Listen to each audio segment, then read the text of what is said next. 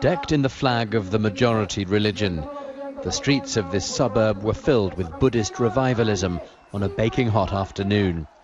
From near and far, monks and lay people came to hear speeches, nationalistic and racially tinged, that became increasingly hardline as the day progressed.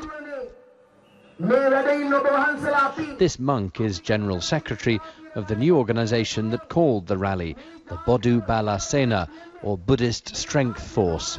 He said only monks could save the Sinhalese race. Democracy and pluralism were killing that race. This is even though the Sinhalese are 3/4 of the Sri Lankan population. There was rhetoric against minorities, especially against the use of the halal system, whereby Muslims certify which goods are acceptable to consume, a system whose abolition is now being demanded. And rhetoric against what the organisation calls Muslim and Christian extremists, including jihadists, who it says pose a threat. We have recently exposed that some of the countries funding Christian fundamentalists as well as Muslim fundamentalists to do their activities without any control. A key moment in the hardline Buddhist campaign was the storming of a mosque in central Sri Lanka last April. There have been other attacks and demos since then, including a blockade of this Muslim-owned clothing store last month. But Christians too are under fire. Protestant and Catholic clerics and churches have been attacked, and most recently a statue of the Virgin Mary was torn down in a provincial town. The trend is making some members of minorities feel very uncomfortable.